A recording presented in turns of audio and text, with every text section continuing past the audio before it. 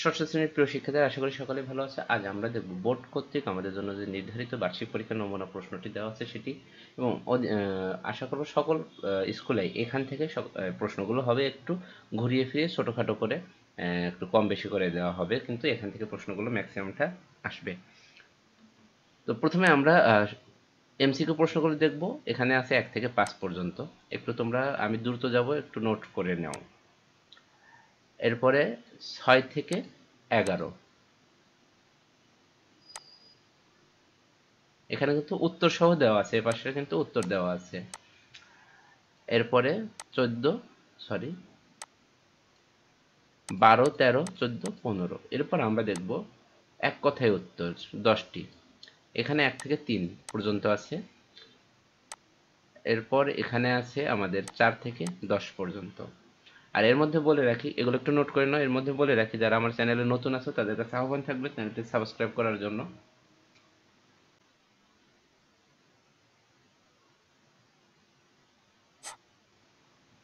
এবং কে কোথা থেকে ভিডিওটি দেখছো তোমরা ভিডিওতে একটা কমেন্টস করে দিও। এরপর এখানে আছে 5টি প্রশ্ন, এখানে 5টি প্রশ্নের উত্তর দিতে হবে।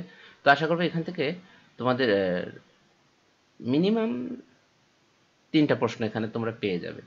আচ্ছা, এখানে একটা কথা বলি, সূরা আল ফাতিহার অনুবাদ লেখো। তোমরা কে বলতে পারো সূরা ফাতিহার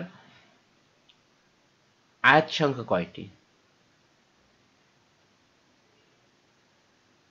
আচ্ছা, এখনই তোমরা কমেন্টসে লিখে দাও যে সূরা ফাতিহার আয়াত সংখ্যা কয়টি, অর্থাৎ কয়টি আয়াত আছে।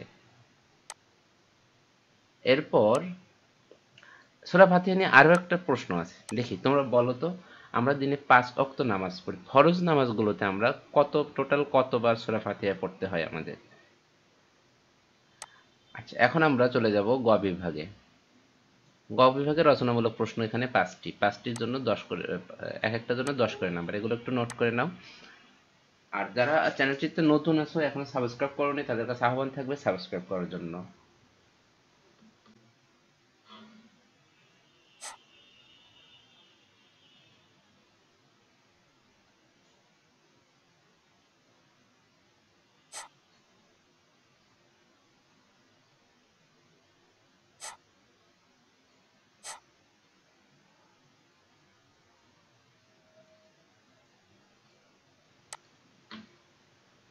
তো সবাই ভালো থাকবে, সুস্থ থাকবে, এ কামনা এখানে শেষ করছি। আল্লাহ হাফেজ।